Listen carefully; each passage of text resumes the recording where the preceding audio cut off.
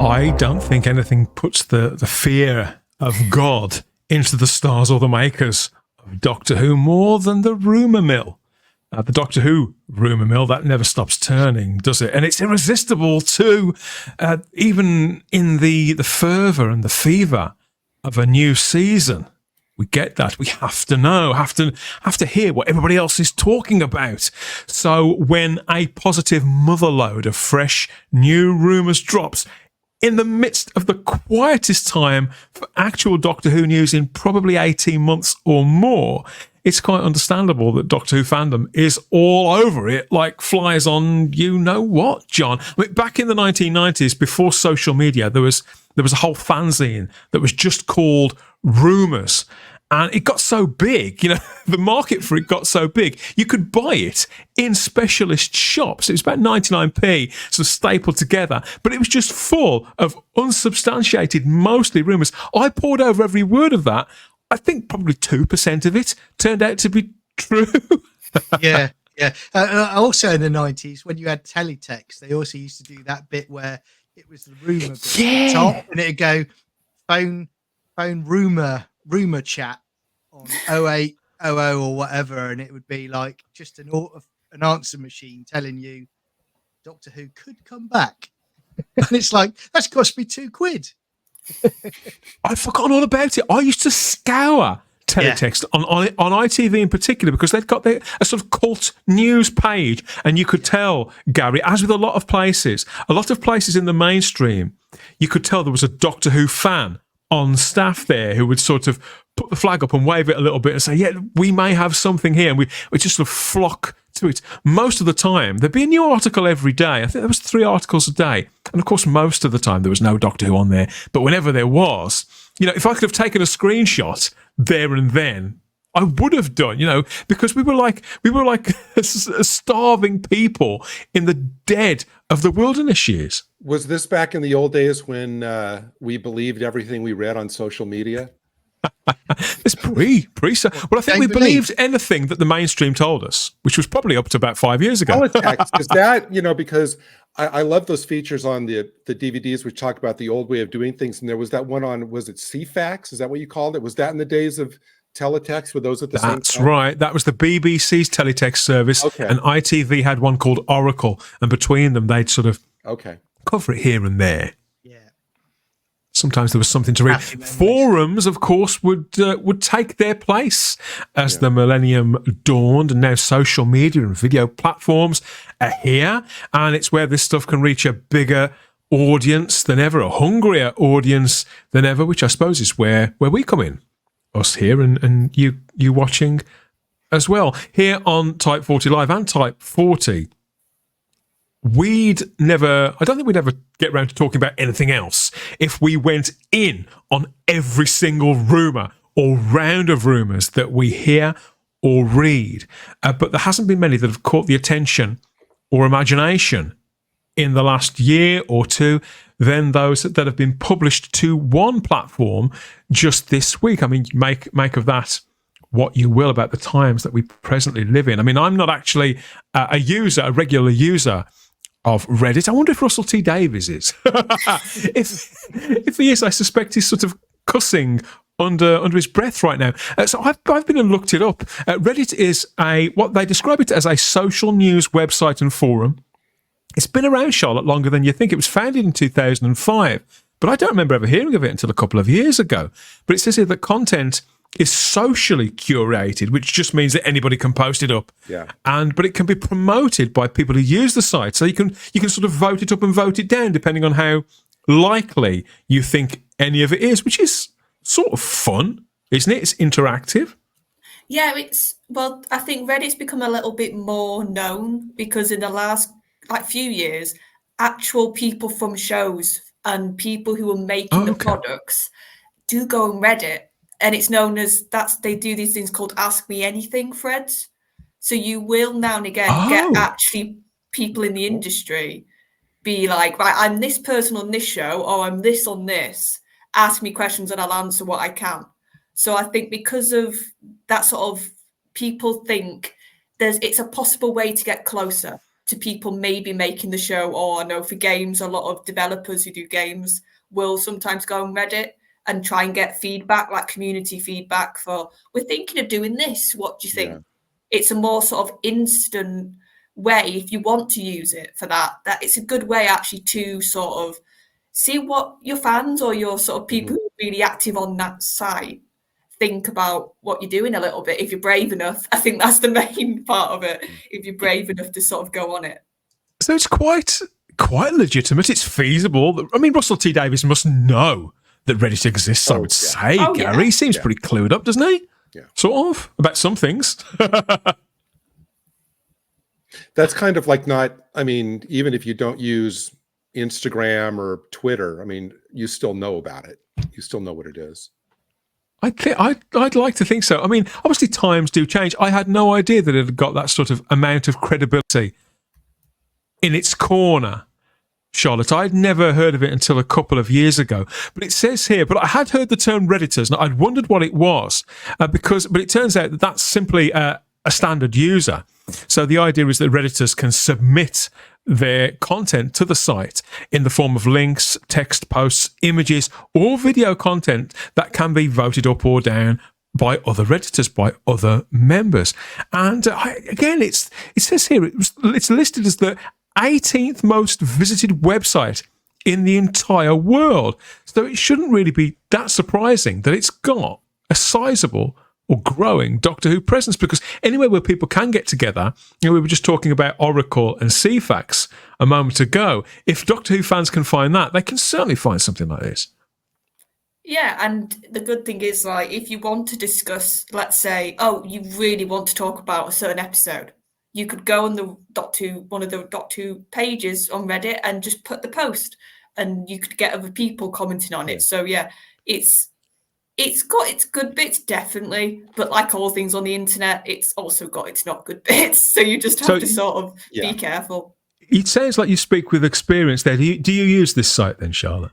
I don't use it. There's certain games that I like that I look at the Reddit pages, because it's like I said, if there's any news, because I'm not one that's on social media as much, so I will miss things, and I can pretty much guarantee if there's been something on Twitter about a game I like, an announcement, it will be on the Reddit page. So would it be handy if there was if they released some sort of game, either something that's completely sort of web based or something on a console, and there was glitches in it, so users would get together and say, I've had that problem, how to resolve problems with kit or software. Is that how it works? There's plenty of time when I've had my games and I've come across a certain bug, and I've been like, and I've looked and somebody's gone, you do this, or you do this in the menu and it fixes it. So yeah, I use it for, like I said, to look at stuff, to sort of more, like I said, more to do with games. I don't really do the telly side of it so much. I know that's also a big part of it, but not for me so much. It's more the games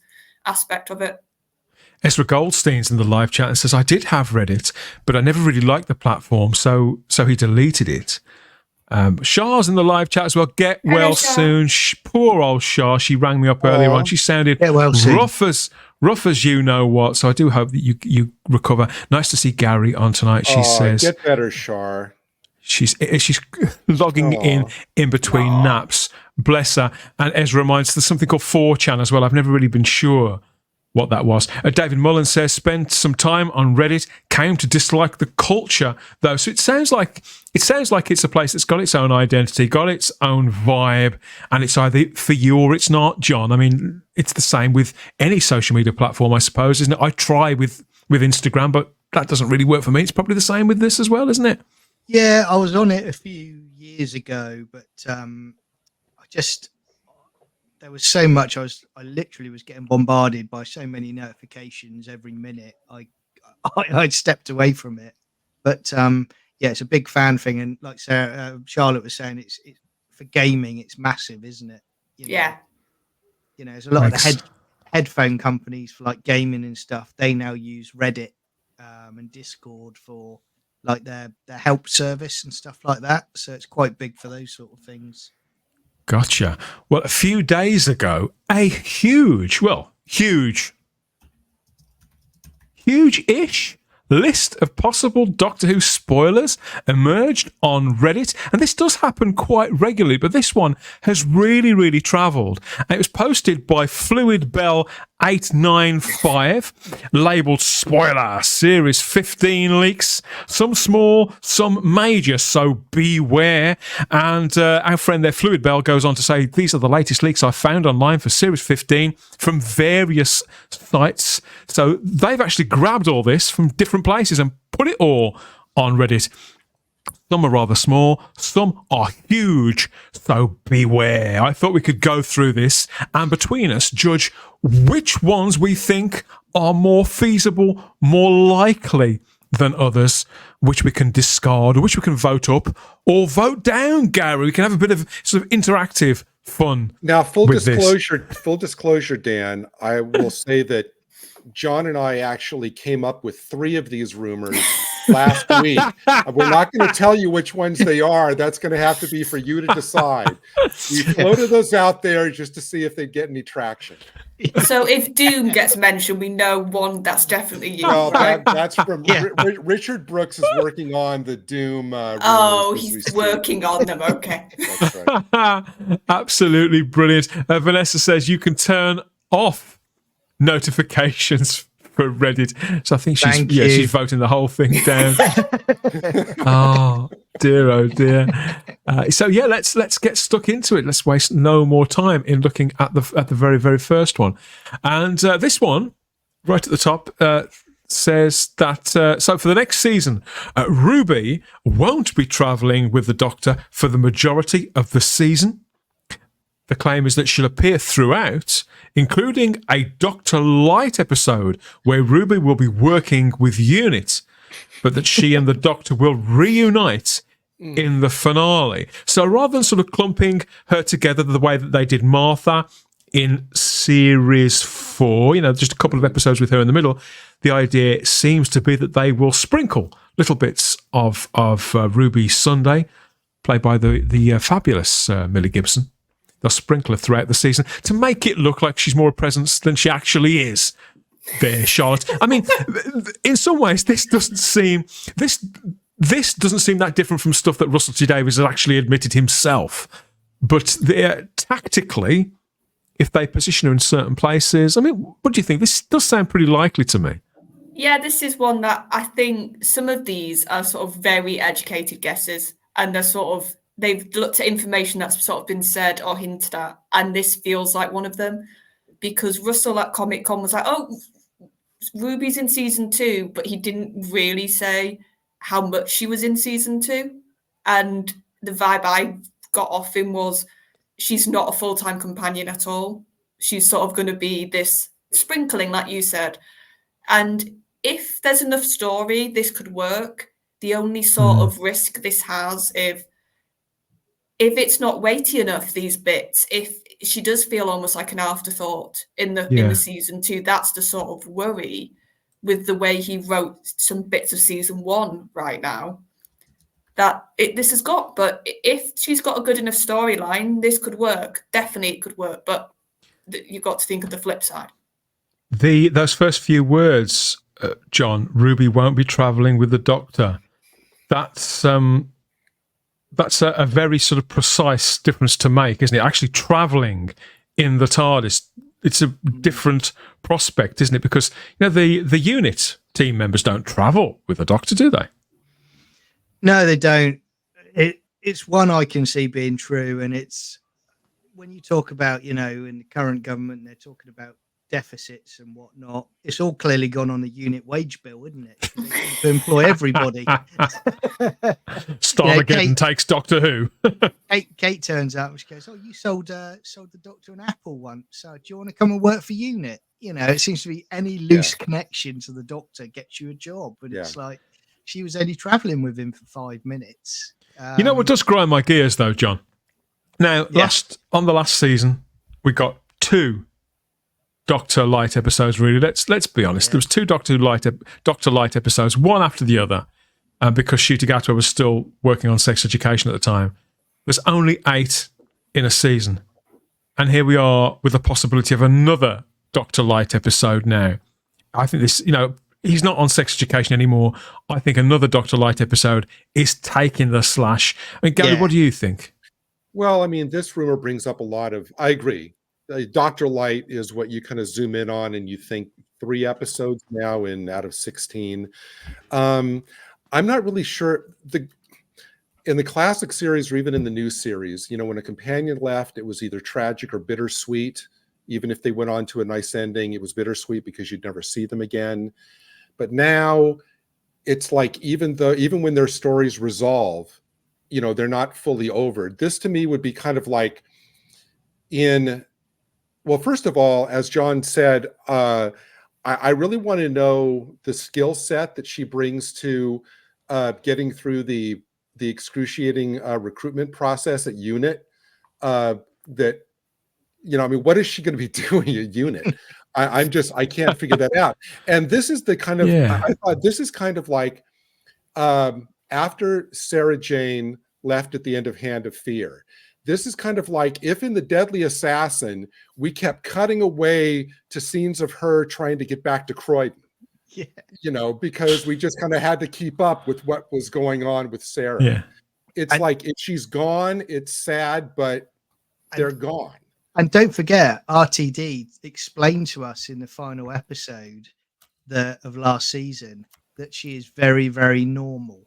She's a very, very normal person. So she's not bringing any special superpowers to the John. That's role. what she said. That's what she said in the UNIT interview. They said, "What is it that you can bring to us?" She goes, "I'm normal. I'm nobody." You're hired.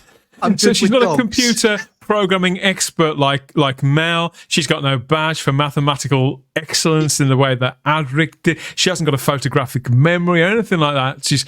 It's fine, but why would she be working for UNIT? Fly Highland says Reddit can be a reliable source for spoilers. Someone posted dialogue from The Giggle over a year earlier on Reddit, and it was accurate. So I don't know enough about it to slag it off. I sincerely, I don't mean anything against Reddit at all. YW says that YouTube is definitely better. It's silly now. Silly, Charlotte, us. Yeah, but here's the other bit. It's like, I'm sorry, we're also then going to have this new companion, which we have to learn about, we have to get introduced to, we have to sort of see her story. And then, so in between that, we're going to just go back to Ruby. And we said the last series, some bits of the writing didn't have a nice flow. They felt really bitty and sort of really segmented, like they didn't fit. Yeah. And this has got that worry again of, well, we're going to be with Shooty and the new companion. That's going to be the storyline. And then suddenly we're going to be with Ruby. And it feels like if she's not traveling with the Doctor, how's it going to link? What's going to be the connective tissue? It'll just get in the way, and it'll harm the effectiveness of us getting to know Belinda, played by Vrada Sethu. And I think with 8 episodes again, we said this with the first series, every episode is really valuable time with these characters, and you need to utilize it. And if you've got these competing stories, are you going to feel like you've got 2 almost series being put together, sort of made to fit together when they shouldn't? Yeah. I like this comment here from Liven's Flame, who says all Gatwa episodes are Doctor Light. Yeah. So I think puns are my territory, Liven's Flame. Now, come on. Declaration of war.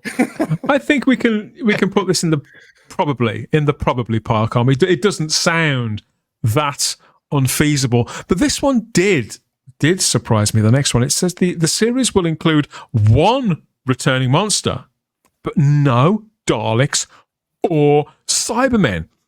I think, regardless of the failure of season 1, and I enjoyed, I say my disclaimer, I enjoyed a majority of season 1 to one degree or another, but it was a failure.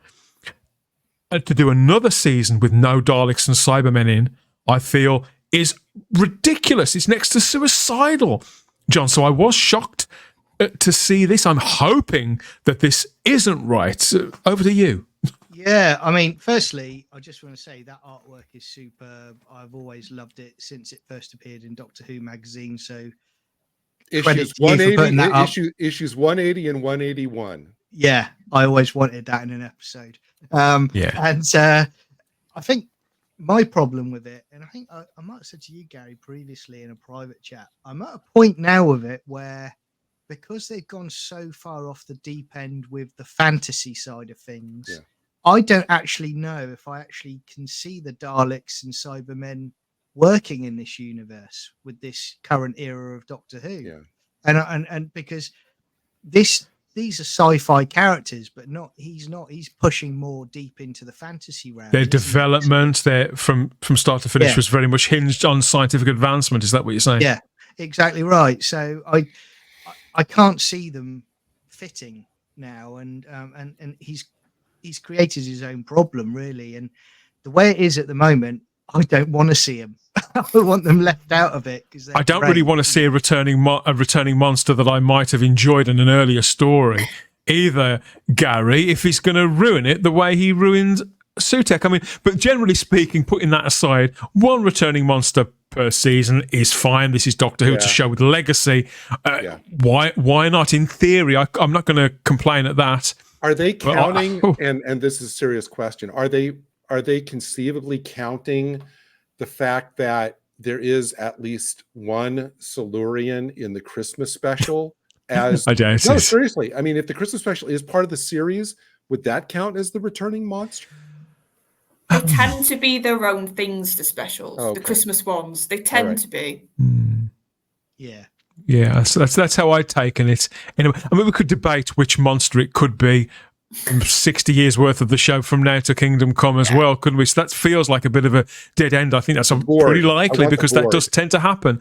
But the idea of there being no Daleks or Cybermen at a time when the series, and I know this was filmed before season 1 premiered, Charlotte, so they didn't know how well or not it was going to go down.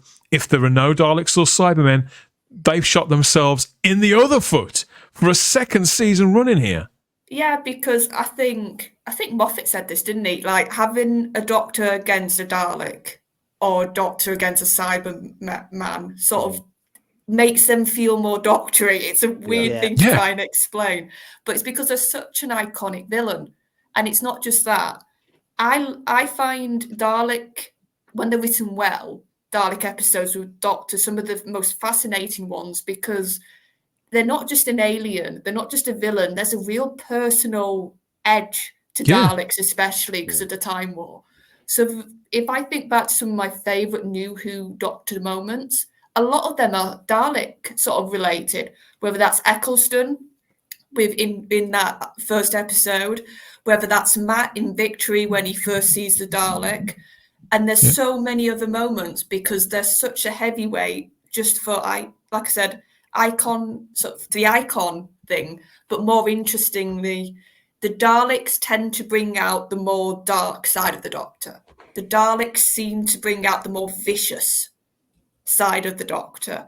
And if I'm being honest, Ncuti needs that really desperately, I feel. He really needs something to step to, something that's going to be a challenge. And something, as you say, when an actor stands opposite a Dalek, they've got to really go for it. That's their ultimate chance, really, to sell us on the idea that they are playing the same character. And I feel that unless they get this actor into this situation pretty damn quickly, then all is sort of lost with that. I think he's really sort of struggling. I think one of the problems with Series 1 was they didn't really feel a lot of stakes with any of the villains. They felt very either easily defeated or consequence was used to defeat them. And there wasn't that sort of, like you said, wow, like they've done this to defeat the monster moment with the Doctor. And the Daleks and Cybermen both can be such a good opportunity for that. And that's more what I'm thinking. It's such a waste of an opportunity for Ncuti and for just writing of the character not to have at least one of those two somewhere in your series.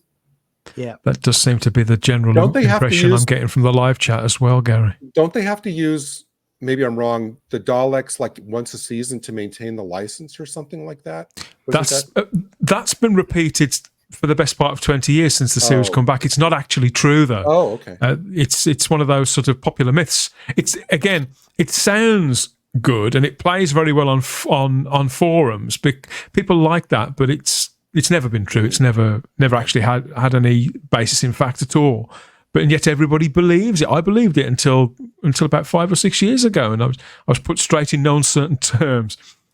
We've got Sheila B's in. So sorry I'm late. Oh, Hi, bloody hell, Sheila. We weren't gonna start without you, but happy to have you with us, Sheila. No worries at all. So lots of people want the Cybermen. Cybermen for the win, says Sheila. Fly Highland says, if they're in the next season, they'll be cyber people. Thank you very much. Yeah. Will they? Who knows? We need Daleks, insists Peter Harrington. I couldn't agree more. I think the public need to see Daleks in Doctor Who to give it the best chance of any sort of success whatsoever, and to sell us on Shooty Gatwa, because it's simply not working.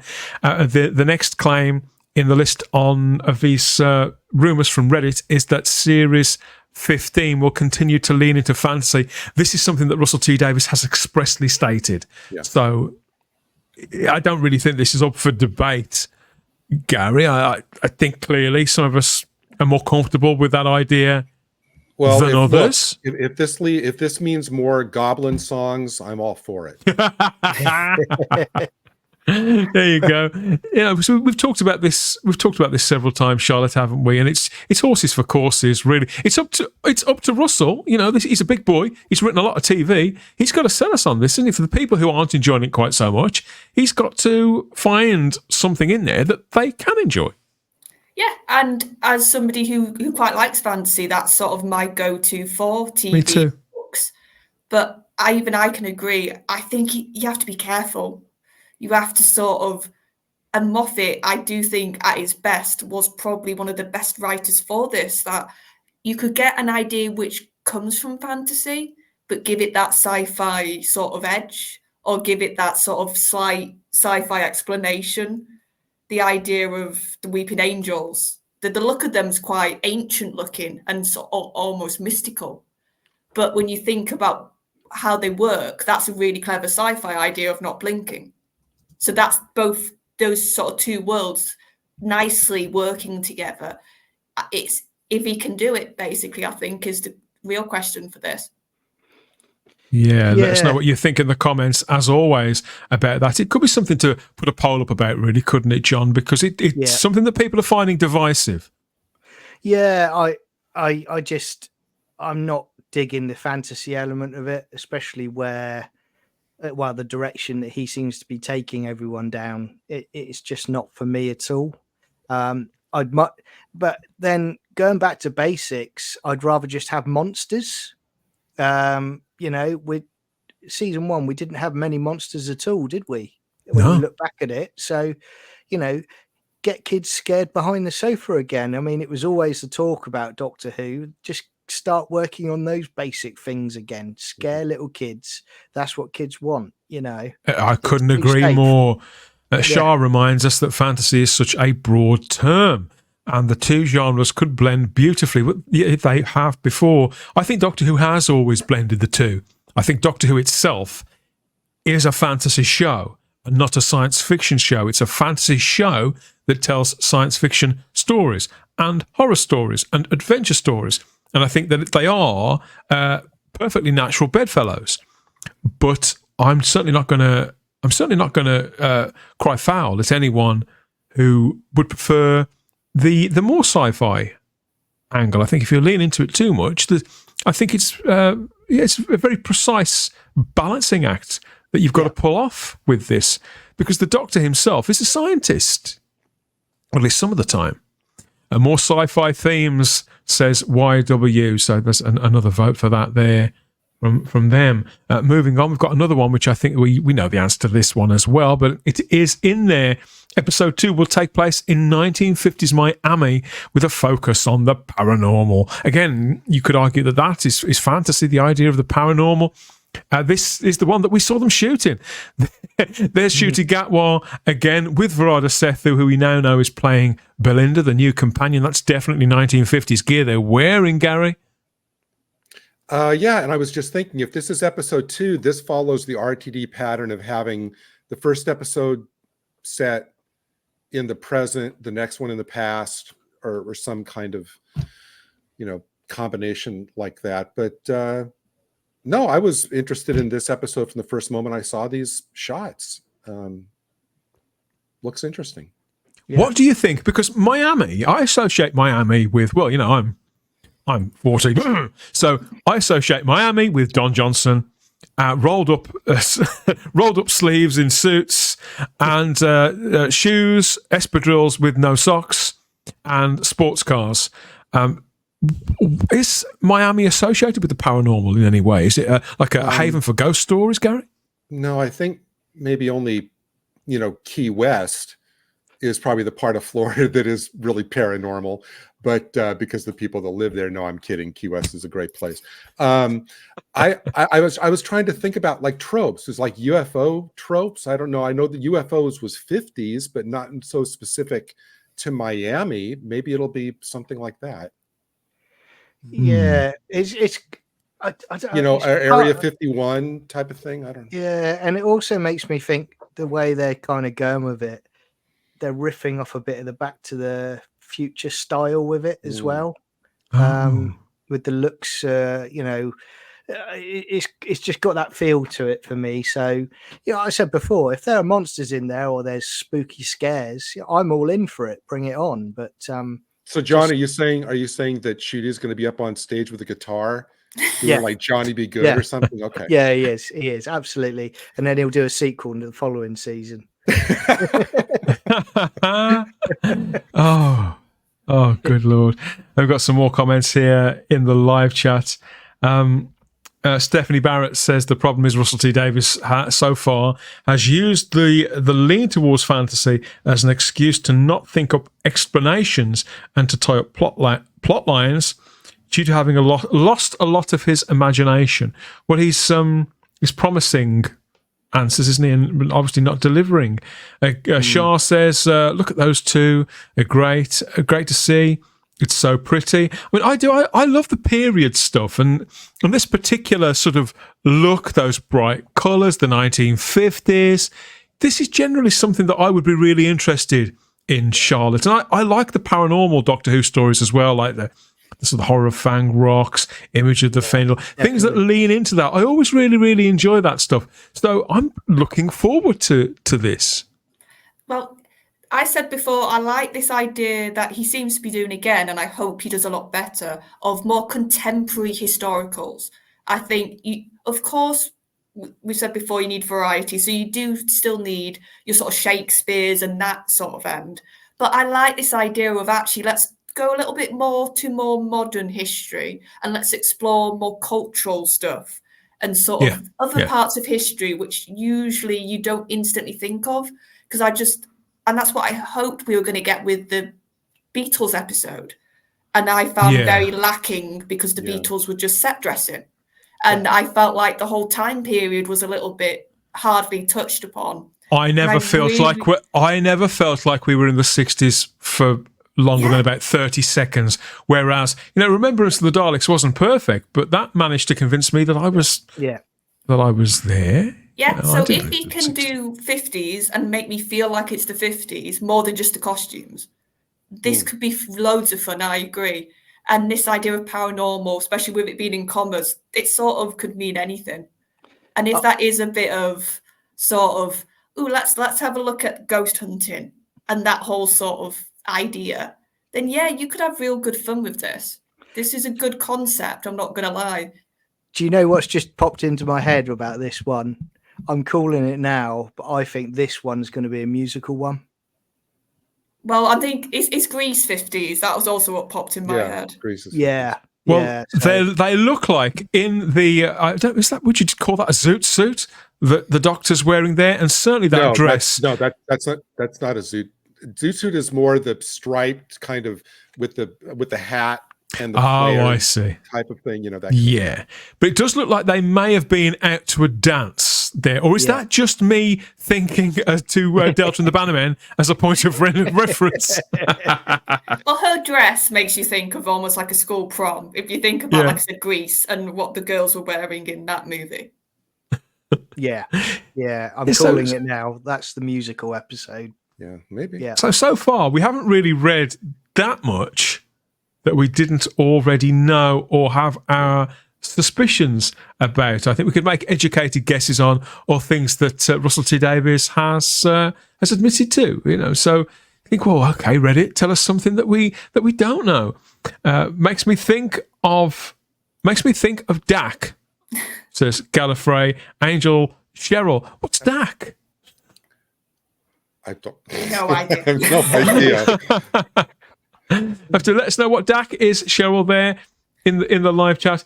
Stephen Braddock asks, do you reckon she's from the 1950s? That would be brilliant. That would be such a good idea. That they should do. That would be good. Period companion would be great. It really would. I think we're all united in that. Probably from Sylvester Stallone, if they're in Miami, says Shaw. This is his new. That's where his new show is. So, right?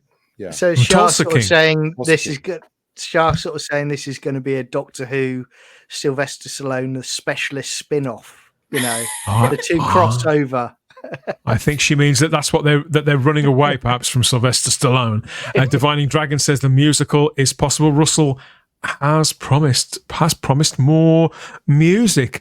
The next one on this list from Reddit claims that we're going to get an episode that takes place mostly on the TARDIS. Mostly, not all, but mostly on the TARDIS. This is something that we've had before, but only once or twice, and never really done to the extent or as effectively as it could have been. So, again, I mean, we heard earlier on that there could be a Doctor Light episode, which obviously things like that tend to be conceived because of the availability of actors. When they put together episodes that are set in one location, whether it's the TARDIS or anywhere else, that tends to be cost-driven as well. They can't be that hard up. Surely that they'd need to do this. If they're going to do a Doctor Light episode and do an episode inside the TARDIS, then it just reeks of... It's exactly the same as season 1, but they were all shot together, weren't they? So it's just wasting time, isn't it? If you've got 8 episodes... why would you have potentially two episodes like that in an 8-episode season? But we had that in season 1, didn't we? So yeah, it's just wasting time, isn't it? I can see them doing it. So I think this episode is probably going to be the one featuring the big Segway competition with Morris Gibbons on all the ramps. You're going to have it's going to be like wacky races, all the competitors on all the ramps. But Mario Kart. Just, finally make use of the space. See, that's the slight generation gap between you and I. I was going Sky Electric in my head, John, but you went with Mario Kart. Yeah. Firing mushrooms around the TARDIS. Yeah. But I think Retro's hit on a good point, and we've all sort of joked about how big that set is, how big the TARDIS set is, and how sort of it seems that they've spent a lot of money, ridiculous amounts on that set. So you'd think surely they'd have to have an episode making use of all that. I'm all for a bit like the other idea this idea of let's fully explore the TARDIS as much as we can. Let's get into the depths of it, because it's meant to be this incredible maze almost of rooms and corridors, and sort of we've seen actually how sort of scary it's got a lot of potential, hasn't it? Yeah, the little bits we had in The Doctor's Wife when Rory got trapped in the corridors and he sort of saw himself get old. That's sort of really tapping into the dark side of what could it be like if you're stuck in a place with 10 ton of rooms, you can't get out. So if you had a companion possibly trapped, let's say possibly Belinda in the TARDIS, that could be actually quite a frightening concept for a companion. And it could be a good sort of to get to know her. We were saying before, she needs her time to sort of shine, this could be a good way to do that. For years, I wanted a story that was all set in the TARDIS, John. It's not that I didn't enjoy the last one, but I did sort of feel that it's sort of been there, done that now, and so I can't really get excited about this. I mean, do you think this is likely? Never mind, it's possible because anything's possible. Do you think it's likely? I think it's likely it could happen, but I don't think. For me, I love Castrovalva because I love all the insides of the TARDIS. Yeah, and I love the Zero Room, and that is what I love about the TARDIS.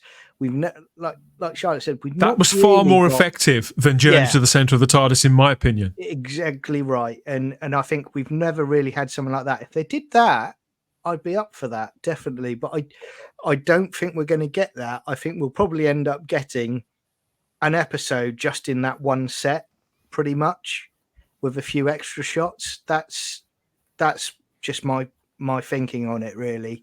Which again, it's going to be a waste. It's a shame. Peter Harrington reminds us that Edge of Destruction is great, and that was set in the TARDIS. Gary, yeah, Edge of Destruction is great. It's a great episode to watch. It's a great episode to chat about, as John can attest. Yeah. No, and I think that and this episode, the Matt Smith episode, those are the only two that were all in the TARDIS, right? Yeah, I think so. Yeah, I think, like I said, we've had little snippets and shows of the TARDIS, but they've not actually had a lot of episodes saying it completely. Half of Castrovalva, a big chunk of the invasion. Well, a decent chunk of the invasion time. Yes, that's all I can really think of. Lord Thoth says it has potential, so that's pretty positive for you, isn't it, Lord Thoth? They spent zero on those ghastly cheap railings, says Richard Brooks. Yeah, I've noticed that as well. The more you stare at that set, the more you notice that some of that just looks like it's come out of B&Q, doesn't it? Yeah. Oh, yeah, it's because of the console. That's clearly where all the money went in that set. Yeah, it's really weird.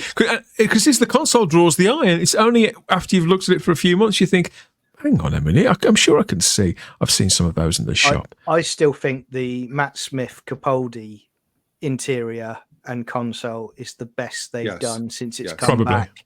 Yeah. And this new one doesn't come anywhere near it for me. I just think that is such a good set. I love it. I really do. Stephen Braddock says if they do a TARDIS show, please show us more rooms this time. Yeah, really open it up. Really open it up for us. I say I don't want to slag off Journey to the Centre of the TARDIS because I haven't seen it in a long time and I did enjoy it. But it's only 8 episodes. I don't want them squandered on gimmicks. That's my problem with it, Charlotte. No, I think a lot of these ideas, when you see them just stated like this, they've all got that worry, haven't they? Of just, let's do this because people will do videos about it or people will talk about it on Twitter or whatever. It's like that, trying to get that sort of thing. Like I said, it's not story. It's just, no, this will get people talking for a little bit and then they'll forget about it sort of attitude. It would be interesting if this is the Dr. Light episode and it's the one where Ruby's featured, to have it focused on the 2 companions, Ruby and I guess what's her name? Yeah. And Belinda. That's more interesting. Have them drive the story inside the TARDIS, like they get just, separated. If the Doctor was maybe locked out of the TARDIS and he couldn't do whatever, they're inside. Learn more about the 2 of them and their dynamic. That actually might work. And maybe Ruby working for UNIT could like patch into it or like hack into it or something. Yeah, sold. I like it. What do you think there in the live chat? Let us know. Let us know in the comments about that one. We've got an evening, guys, from Gary there in his big blue box. Happy to have you back in the chat there, mate. Only 8, says YWS. Only 8 episodes in the next season after all. Russell assured us that count would go up, but it is not going up. Richard says that anonymous sources close to the production have exclusively revealed that Beryl Reid... Beryl Reid will return due to the wonder of AI imagination will return as the captain of the freighter, and Adric could be saved. Excellent. Be careful what you wish for. Still wearing the black leather, that's fine. Essential. Andrew Andrew G. Dick, Philip K. Dick, I'm thinking. Andrew G. Dick, what does the G stand for? I don't think I want to know. Says, I want to see the Doctor's bedroom in the TARDIS. Why on earth do you want to see the Doctor's bedroom? It's going to be like the MFI bed and cupboard set that the third Doctor had anyway. I would certainly hope so. Otherwise, I don't. Otherwise, I just don't want to know. So that could be happening. It might not. Russell T. Davies has also spoken about the fact that more musical numbers could be on their way. You know, The Devil's Chord wasn't a musical episode after all. It had a musical interlude sort of at the end, really, didn't it? I don't class that as a musical, but he has warned us that a full musical episode may be on the way at some point in the future. He does seem to be aiming for that. Why, heaven only knows. But they do seem to be encouraging that and him to do more of the same. And one claim in this list from Reddit is that Murray Gold has written a new original song for a scene that takes place during a concert on an alien planet. That sounds very Fifth Element. It does sound like something Murray Gold would do. When I think back to The Rings of Akatan, for example, he wrote a song in that, didn't he? Yep. This is what I mean about he's digging sort of deep into these sort of elements of it, which, you know, okay, you did your first one to an extent in season 1.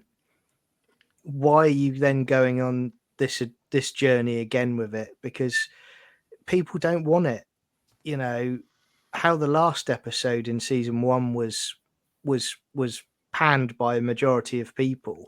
Yeah, you're now doubling down and going into that again. I know, yes, they were filmed together, but you know,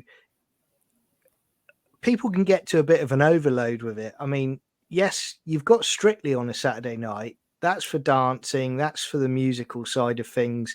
You're then going to get a Doctor Who episode, which is a musical element to it. You know, just have a bit of a difference, a bit of variety to it. You know, but again, I don't see there being any monsters. When Doctor Who came back in 2005, Charlotte, you mentioned earlier about Weeping Angels. Yeah. I want to see fresh new concepts like, you know, Moffat devised with like the Weeping Angels, because it can be done. And certainly, as I said earlier, scare kids. They need to be scared again. And, you know, a musical number is not going to scare kids. Well, it might do if Jinx turns up, I suppose. Yeah, obviously Murray Gold, he returned to Doctor Who this year. He says he's only staying for Ncuti Gatwa's era, and then he's gone again. Maybe they're just giving him this stuff as a condition of his involvement, or they want to keep him interested. I don't know. I'm not necessarily against all this stuff, but I know that it does distance a lot of people from the show. Gary in the live chat from the Big Blue Box says, I'm torn on the music stuff in Doctor Who. They did. There's always a twist at the end at the Doctor Who prom, which was cool, as it's a stage show, but in the episode, not so sure. And you do wonder if characters like Murray and other the writer, if they're not indulging themselves just that little bit too much. Charlotte, I do think we're very much approaching that. It's funny you said indulge. That's literally the word that's been in my head. Are they that bored with telling the stories about? Are they that bored with telling stories about the shape, the alien who can change his shape and his face every few years with the two hearts, who can travel anywhere in time and space, that they've got to keep pulling this stuff? Well, it's more just I remember Devil's Chord. That whole moment when Ruby played the piano to play her theme, for me, I got bored by the end of that moment. Because it would have been all right as like you see her do a couple of the keys and then you moved on. But we basically got the full song and nothing was happening on screen. Ncuti was stood off to the side, staring into the distance. Millie was playing, probably not properly playing, but looking like she was, a piano. And it's not exciting at the end of the day. It's not. And also my other thought was, what's this doing for the story? I know why they're doing it, so they can get the monster to come, but you can do that in 2 seconds. Why do you have to sit here for 2 minutes, it felt like, at least? Yeah. Maybe they've got another prom booked in for next year, John, or maybe an album on the way.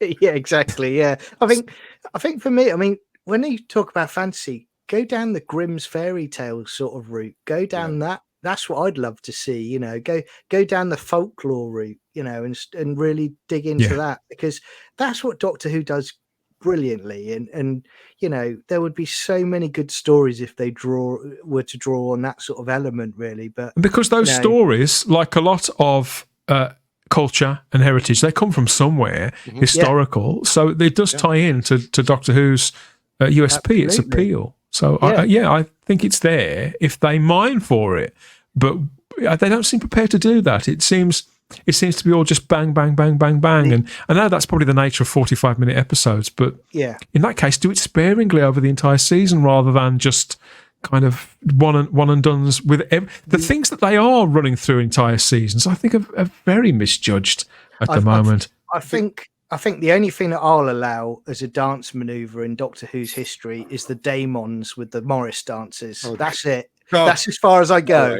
Right. I agree. You know, I got to say though that the earlier comment, I think by Stephen Braddock, really inspired me, where he says, you know, the TARDIS has disco lights. Maybe the TARDIS episode will be the musical, and that inspired me. So I want to combine several of these rumors. So have the episode where Ruby, the Doctor's gone, and Ruby and Belinda decide to throw this huge like rave in the TARDIS that gets totally out of hand, just like in Weird Science.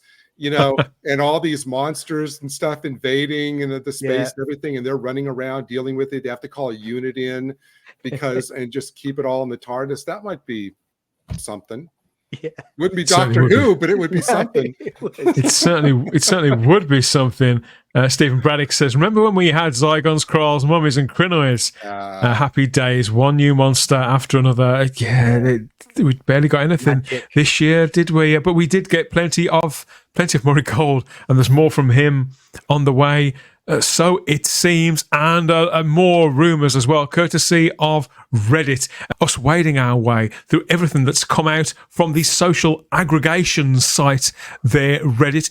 I think this is fair game, because it does seem to be the case that some of this stuff does actually hit home, and Russell T Davies will doubtless not be very... Actually, you know what? He did say he was going to be putting some things out, didn't he, Charlotte? To deliberately wrong foot us in the fan base. Do you remember that? Oh, yeah, he said about red herrings. So it's like, we put that out, mate. It's like first season now. Yeah. Obviously, we're here to sort the wheat from the chaff and work out which of it is more likely than the rest. Let us know what you think in the live chat too, across YouTube, Rumble, Facebook, and X as well. Nearly a nasty accident, says Crimpling Doubloon.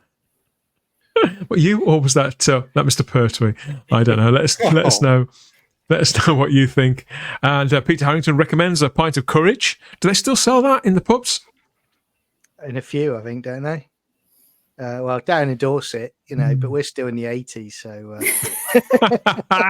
Cost you about £8.50 a pint, but they probably still do. Liven's Flame says, I remember Cockneys. Yeah, I won't comment on that. Yeah. I think we best gloss over that. But hey, well, how to talk about Cockneys? What? No, I was just going to say that microfigure ad just really gives me the warm fuzzies. I love that Matt Smith microfigure ad. Oh, yeah, it's lovely. But no, I was just thinking at Liven's Flame, their comment there about Cockneys, one of the most famous Cockneys of all time, certainly in television history, was Angie Watts on EastEnders. And the woman who played that really memorable character has, of course, joined the cast of Doctor Who. Anita Dobson joined Doctor Who this year as Mrs. Flood, the next door neighbour to Ruby Sunday. And one of the other rumours here does revolve around her. This one suggests that Mrs. Flood will be the central antagonist of the entire finale, which will involve her reshaping time itself and trapping the Doctor. Russell recently claimed that he has no idea where this is going with Mrs. Flood's character. And in the old days, I would have actually thought that was a wind-up from Russell. But now, Charlotte, it wouldn't surprise me, because he does seem to be asleep at the wheel. No, he's not asleep at the wheel. He lies. Like that's what happens. And I said this before, like in series 1, it's like she was playing two characters. And it feels like now we're actually going to get some of the second character, which we saw, which was the weird, almost predicting the future, sort of sinister bits we saw. Because the mask is sort of off, isn't it? With the second break into the fourth wall, the mask is very much off with the character, because we saw her with the grandmother character too, with Cherry. There, she was very sort of a malevolent presence there. Yeah, she was sinister. Like, and she give good credit to Angie. She played it really well. I just think the problem is, because if she's meant to be then our big final villain of the second series, then the problem is, Russell, you've made her too inconsequential in the first series for me to then have that investment, unless she suddenly gets loads more scenes in season 2. That I will then buy her being this big villain, that she's powerful enough, according to this. You would never think he'd done. You would never think he'd done this job before, would you, John? It's a pretty awful. No, I know exactly. And Charlotte, I mean, nail on the head there, because you've got in the Empire of Death, you've got her effectively being wiped out just like everybody else, and then all of a sudden, she's super powered up to 20 to bait, and then there's this leak come out. So I could see him doing it, but again, you've kind of already devalued the power of this villain by the fact that you've had one other villain wipe her out with everybody else until it was all fixed. So there's lots interest me as a threat. But there's lots of things that lots of ways they could take this character if they had a longer season, and if they were even maintaining the pretense that she was there with some sort of purpose from the start. It's little wonder that people like Ezra Goldstein, and Ezra's not the only one in the live chat who's saying things like this. Just who cares about Mrs. Flood? It's a shame, isn't it? Because when you've got someone who is as good an actor as Anita Dobson is, give us something decent to do. And I don't think we're going to get that. I think we're going to have another flashbang wallop season for a character that, pantomime villain, it was me all along, Doctor, and that'll be it over in 5 minutes flat. It's such a, like you say, Dan, if they'd really fleshed her out throughout that first season, you could get invested in the character more. But a bit here and a bit there, it just doesn't grip you, does it? The rumours that we've had up to now, Charlotte, I think mostly are issues of sort of taste. There are things that I would rather they didn't do, but generally speaking, I'm sort of on the fence about. But with this, I think this would be a massive, massive mistake, if only for the fact that the season we've just watched was kind of about a character reshaping time and trying to trap the Doctor by hitching a ride on his TARDIS all that time. Haven't we seen this before? Once again, we've got a mysterious old lady. It's like you're repeating yourself, Russell, already. Yeah. So we had an old bat running through the whole of the last season as well, being sort of malevolent, sort of a majority of the time. Yeah. So would he really pull this same stunt 8 episodes later, Charlotte? Current Russell, yes, if I'm being honest. But here's the thing as well.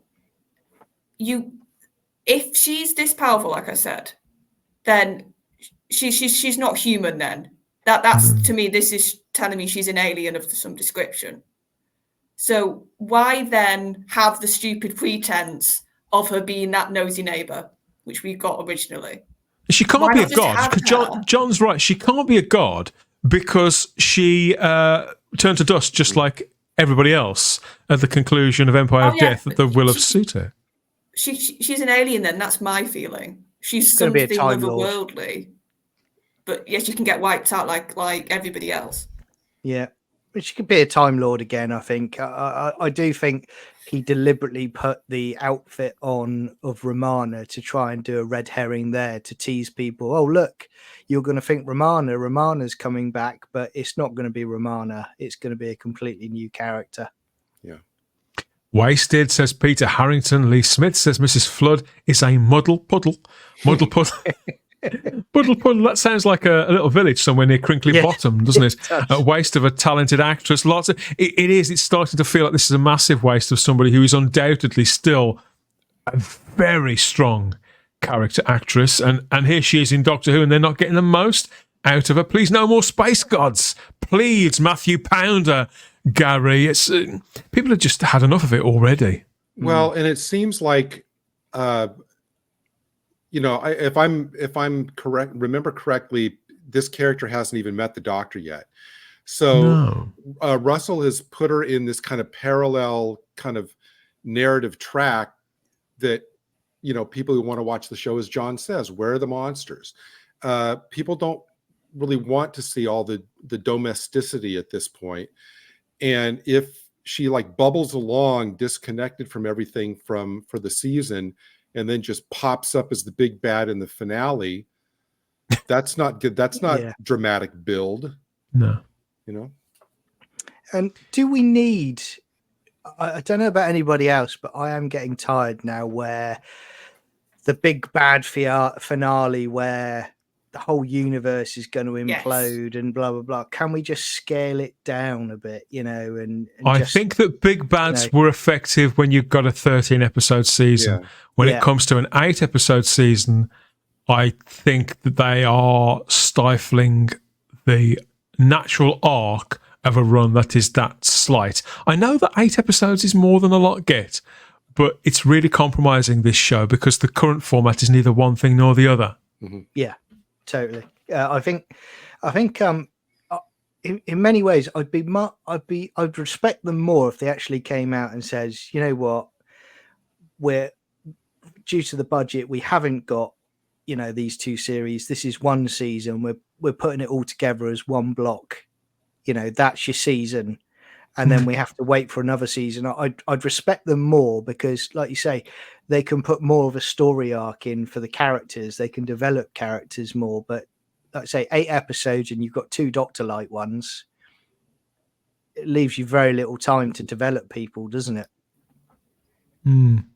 8 episodes is great if it's all one central story with a single core, and a few maybe branches along the way. But when you have 8 basically episodic stories, you've got to have introduction, development, climax within each one. That doesn't leave you a lot of bandwidth then to construct an ongoing arc at the same time. People in the live chat here across YouTube, Rumble, Facebook, and X, Gary, they're kind of running with this. After a slow start, Stephen Braddock says she could be a female time meddler. Michael Q suggests that Mrs. Flood is Rassilon. Mrs. Flood is the Brigadier, possibly, according to Donko. Or Mrs. Flood is Susan, if you listen to Fly Highland. So it's working. Something's sort of working along the way. If she's the Valyard, I will laugh and laugh, says Liven's Flame.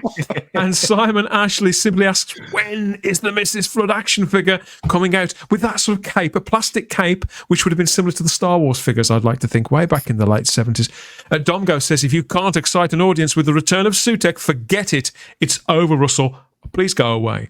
You see, this is where I differ on this.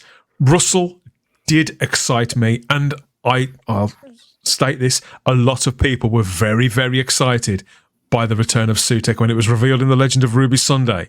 It was tremendously exciting. It built beautifully. He just fluffed the finale.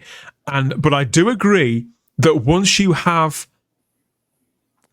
a ball as important as Sutekh, the prospect of him turning his attention to another particularly classic villain, not exclusively, because I think there are some decent villains in the new series as well, to turn his eye to another character that's beloved, who maybe made 1 or 2 appearances, and cocking that up as well. That sends a shiver up my spine, Charlotte. Oh yeah, because there's a legacy and there's a responsibility. And he's shown once he didn't really take the due diligence he needed with one character. The fail yard, says Richard Brooks. Oh, the puns are coming, Gary. They're filling the vacuum, buddy. It's not good, buddy. Good job. Russell T. Davis is trying our patience, says Double D there in the live chat. And we've had Gary suggested earlier on that Mrs. Flood was the Rani, and so's Ezra Goldstein as well. We're never that far away from a Rani suggestion, are we? Neville suggests that Mrs. Flood is Amy Pond. Just any female character, go.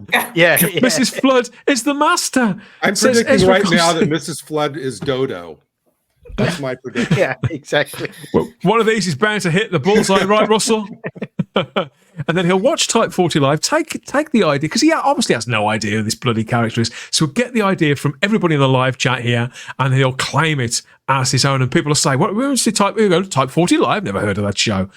Don't know what you're talking about. Mrs. Flood is a croton, says Richard Brooks, which is, come on, Richard. This is serious. Excellent stuff. Yeah, so Mrs. Flood could be back in a big way, but, I like the character, but whatever.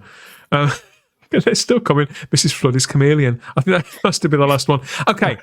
Somebody that I do really, really like. I kind of liked her back in the day, but by her own admission, she was never very good in the role of Melanie Bush. But now, Bonnie Langford being part of all new Doctor Who, she's very much a sort of diamond that shines out of the stool sample that sits in the toilet bowl, isn't she? And so the idea that Mel could die in the finale and that she's going to sacrifice herself to save both Ruby and Belinda, according to these Reddit rumours, Charlotte.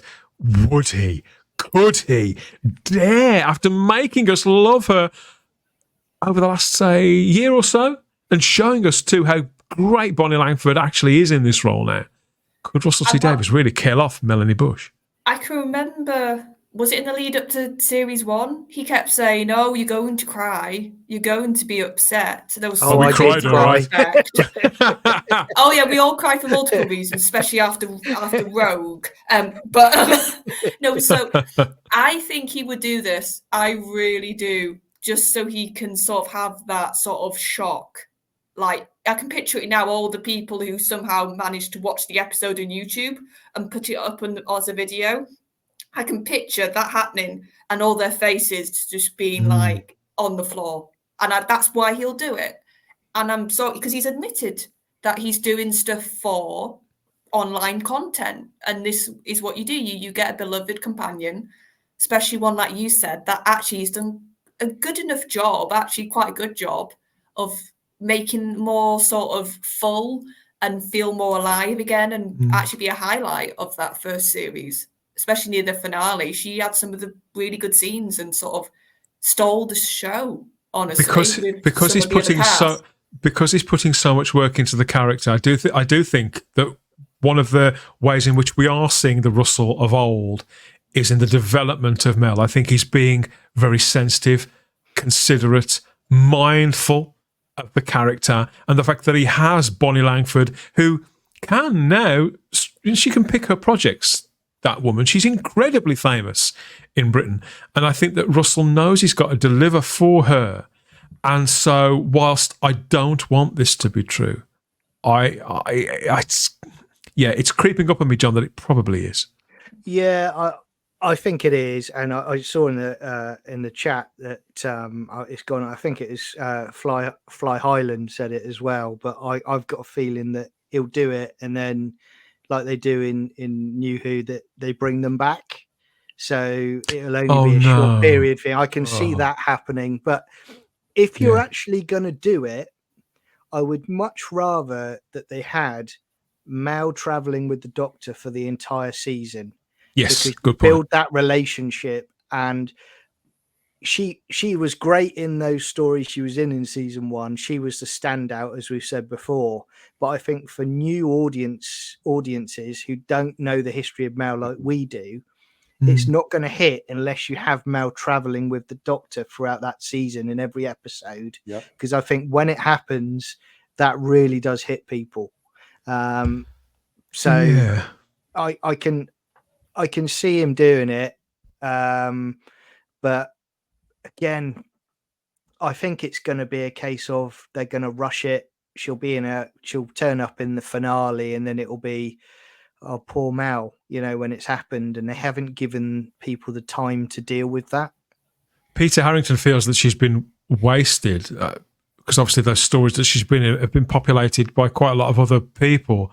But I believe, I can tell you exactly what Bonnie Langford was doing in that character in all of those episodes, including the ones that I don't like, which I think is testimony partly to Russell, because I do think he's written that character well, but I think it's mostly down to Bonnie Langford having a huge amount of charisma and being really, really game for practically anything. Gary in the Big Blue Box says, I can actually see that, Dan. Mel is the perfect character to pull on classic Who fans and new fans alike. Yeah, this is how a lot of people are feeling. Richard Brooks says, I adore Bonnie. What are your thoughts on this, Gary? Because, originally, there wasn't much love lost between the character of Melanie Bush and Doctor Who fans. That's turned around quite drastically, hasn't it? Is this cheap? Is this a cheap stunt? Well, the rehabilitation started with a lot of great Big Finish stories she was in. But, honestly, if this happens, and I'm tending to think more that I'm going to be enraged. I think this is like a terrible, terrible, thing to do, especially since Mel's not really connected to this doctor. I mean, if it was happening with Sylvester McCoy or Colin Baker, that's an entirely different thing, because there's a history with those doctors that there just isn't. Her history is with us, not with this doctor. So if he's doing John's got a point about an extended period of time, hasn't he? So if you couldn't have her traveling with him, if you couldn't have him traveling with her throughout an entire season, perhaps build up to something like this over an entire era, because she was there when this current doctor was effectively born. And so they do have a sort of history, but it's still only been 3 episodes. And you're right. You've got a point there. I mean, I tend to think, because it seems to tie in plot wise with a couple of the other rumors, I kind of think, well, if it's going to tie together like that, I can see it, but I don't want this era to play around with classic Who like this. If you want to play around with new Who and characters like that, that's fine. Or if you want to play with some of the new characters that Russell's introduced in Unit, that's fine. Don't mess around with classic Who like this. That's just my red line. I agree 100% with Gary on this. And I think the trouble you've also got as well is, one, Bonnie Langford is a fantastic actress. 2, she's also, as you were saying, Dan, she's developed this character. And I think 3, the problem is that Unit cast, you see some of them there in the background, they just don't resonate with people. They're very one-dimensional, in my opinion. And I think if they'd spend time developing these characters so people cared about them, then it would be a bigger impact, of course, just like it would for Mal. And I think that's why it has to be Mal. And I can see this happening. And like Gary, I'll be gutted. Yeah, I think Russell's probably realised, if this happens, that there needs to be a cost somewhere along the line. There needs to be, throughout all of Ncuti's run so far, yes, there's been moments when Ruby's been in danger, mainly when he puts her in danger, but it's like there's been moments, but it's always been, no, it's okay, everything's fixed, everything's okay. Yeah. And this could be Russell's moment to go, actually, there's a cost to this life. It's not all sort of adventure and rainbows. And he probably realizes his 2 new companions, they've not been around enough to have that cost. Honestly, they haven't. No, Ruby's I agree. had 1 series, and then the new companion will just have 1 series.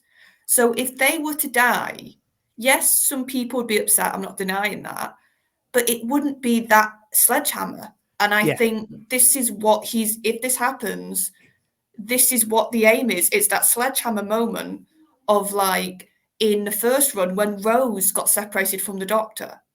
Because we'd had 2 series with her. He teased that, didn't he? Toyed with not just the fan base, but the entire the entire nation when Doctor Who was the biggest show on TV, and so hinted that it could develop in that way and bring about something else. The second part of this particular rumour says that the death of Mel will leave the Doctor wanting to somewhat distance himself from humanity, fearing that he puts too many people in danger. So what they're saying is that this will happen, and it will have a great consequence on the central character of the Doctor, which will spring forward from that. So that's very much what you've just been saying, Charlotte. Yeah, and this is sort of my last point, so I do have to go. Why this idea in itself is actually has worked quite well for the show in the past. My issue is more with Ncuti's Doctor if this happens to him, because it felt like definitely in the Giggle when he had that talk with Tennant's Doctor about all the baggage being let go, sort of accepting all the losses and all the things that happened, and it felt, and then. When you watch Church and Ruby Road, Ncuti's Doctor to me felt like, do you know what? I'm finally going to let go of all that hurt. I'm finally going to sort of go and be an adventurer again and enjoy the universe again. And I felt like that's where we were going with Ncuti's Doctor. And within 2 series to now getting back to this, which is just what all the other New Who Doctors have basically had to deal with in varying manners. With Matt, he literally put himself on a cloud and didn't interact with anybody. You're quite right. It's the same. It's angst. It's brooding. I wanted Ncuti's Doctor to have that sort of freedom from that sort of backtrack that we've had so many times. And if Russell's getting him straight back to this, once again, what a waste. Yeah. What an absolute, I know some people have used this term before, but I think this applies it, and then I'll go, this is a creative cul-de-sac, if I've ever seen one for a Doctor development. So after that fun point, I need to go. Thank you, as ever, for your company, Charlotte. We'll catch you again in a few days' time. I don't know, but don't have nightmares. Please sleep well. No, I won't.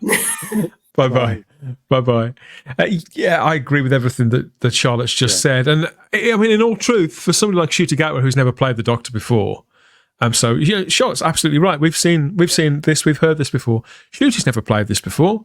This could be an opportunity for him to, again, prove his worth. But the focus should be on the audience. And there's a lot of people who've been watching this show for a very long period of time. And more to the point, they keep telling us, they keep reminding us, Gary, that it's not the noughties anymore, it's not the 80s anymore. And of course they're right. But by the same measure, if it isn't any of those decades anymore, we do live in a decade where all of those past seasons are available for us all to watch, whether we watch them at the time or finding them first now at the touch of a button. So they can't get away with repeating something from even from a season that was on 16, 17 years ago, because the odds are if some 12-year-old has gone into Doctor Who, they've probably gone back to the iPlayer or whatever, or wherever else they've found it, ITVX, and binged it. And so this isn't going to get past them either. And people, fans, even if they haven't seen the actual episodes, know the narrative plot points. They probably know what happened to Adric. They know what happened to the various companions, even if they haven't, seen them themselves. I think with the reason another reason the choice of Mel enrages me, I get that Russell probably feels personally closer to the characters he himself creates, Rose, Martha, Donna. Even when something tragic like happens with Donna, it takes him a while, but then he retcons it and makes it all okay, how many years later. Even the new characters like Belinda, he probably doesn't want to kill, but the characters he hasn't created, again, I may be, speaking out of turn, but he probably feels that those characters are more of his playthings rather than his personal creations. So they're more open to, dying, whatever. It's just, you're right. I guess maybe because, I feel because I've kind of quote unquote known Mel longer, I feel that more of a, connection. So I flinch at the idea of anything happening to her. I would say what Charlotte said as well. Yeah, 100%.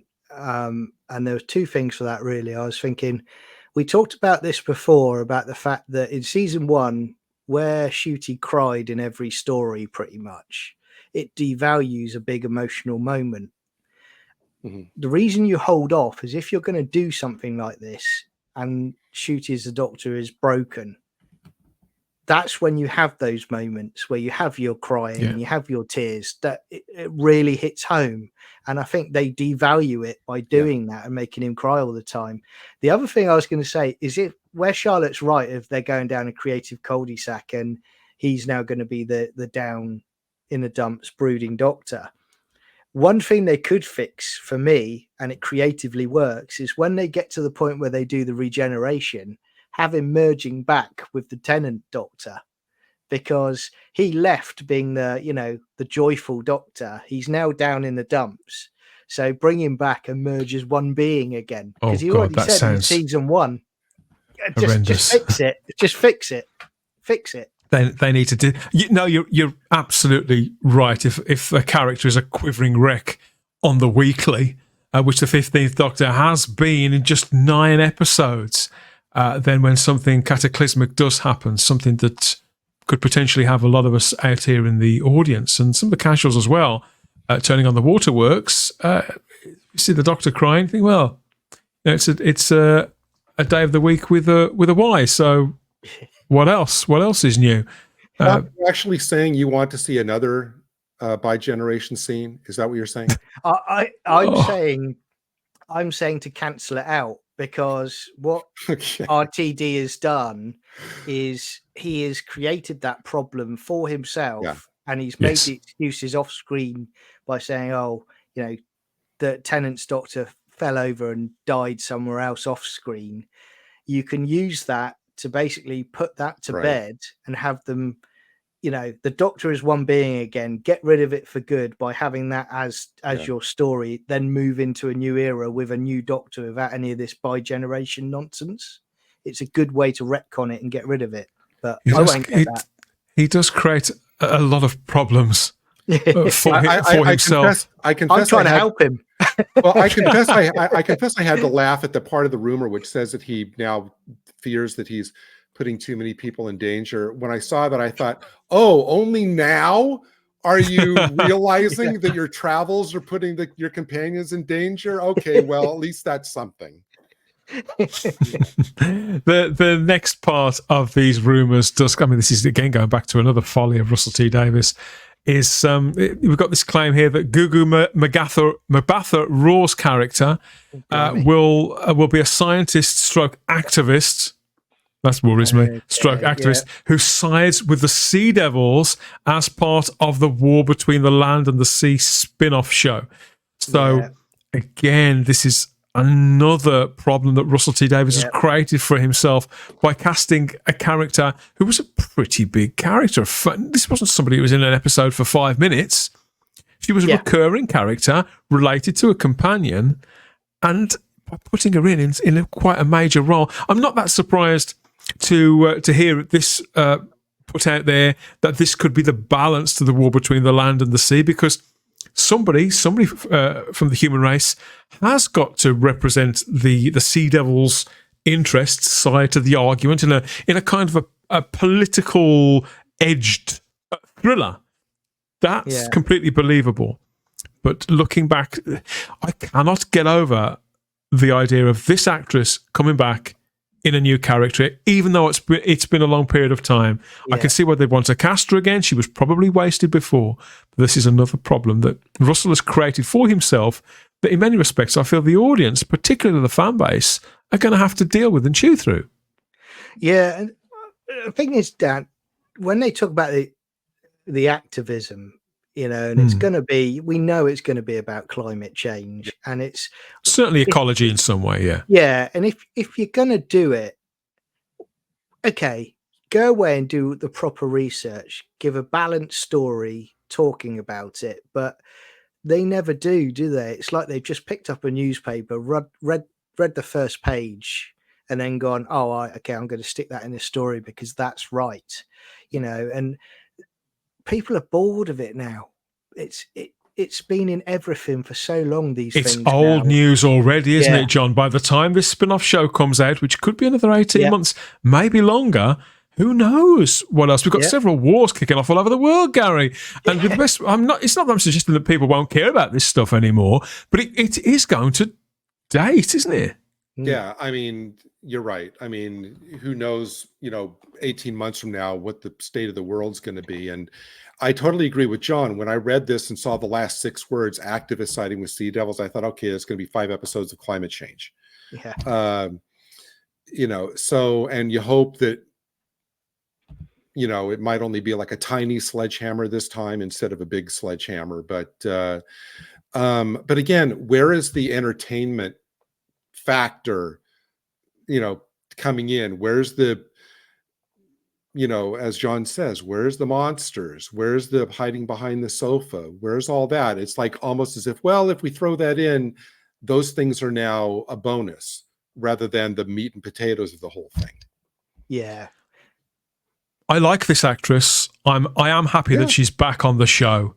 I've seen her be great in some things, not so great in others, but I'm not going to hold that against her. Yeah. And I'm not going to write off the spin-off either, which I accept. A lot of people in the live chat do feel very, very differently, and I get it. I personally am not going to do that, simply because it's such a long way away. By the same measure, yeah, no, I wasn't writing it off. No, I'm not saying you are, Gary, but I think the general lay of the land, looking at the live chat here across all platforms, is that a lot of people really aren't interested in this at all, whoever's in it and whatever they're doing. And I get it. I do get it. I think, Dan, I think it's just a case with a lot of people now where it's once bitten, twice shy, because, me included, I had such high hopes when we saw that regeneration and Tennant was back and the 60th, and I thought, oh, great, I'm really looking forward to this. But what we got was terrible, but they were bigging it up so much. So I think, certainly speaking for myself, if I lower my expectations, I'm not going to get as disappointed as I was when series 1 hit. So I can see why people are doing that, but like you say, you can only tell by when you see it, can't you? Really. I like this comment from Fly Highland that says, "Make people think, don't tell people what to think." Yeah, and brilliant. That's why this is where people, I feel, get it wrong about classic Doctor Who. There were several Doctor Who stories, classic Doctor Who stories, and some in the new series as well, which were topical. They weren't political. They may have had a political component or contained political characters or a slight political backdrop or angle, but the stories themselves were topical and not political. There's a big difference. And I think that Fly Highland sums that up beautifully. I'd like to think that with 5 hours to play with the war between the land and the sea, and a writer like Pete McTighe, who, if you forget about his 2 Doctor Who stories, which are, variable, let's be kind, variable. If you look at his other work, this man is a good, solid writer who's built and run some great shows. He is a good writer. I think the possibilities for seeing what he can do here are a lot greater than you would think. But obviously, there's also equally the prospect that Russell T Davies could press the nail in the tie himself and blow the whole thing out. Yeah. And one thing about Fly Highland's comment that I think is so true.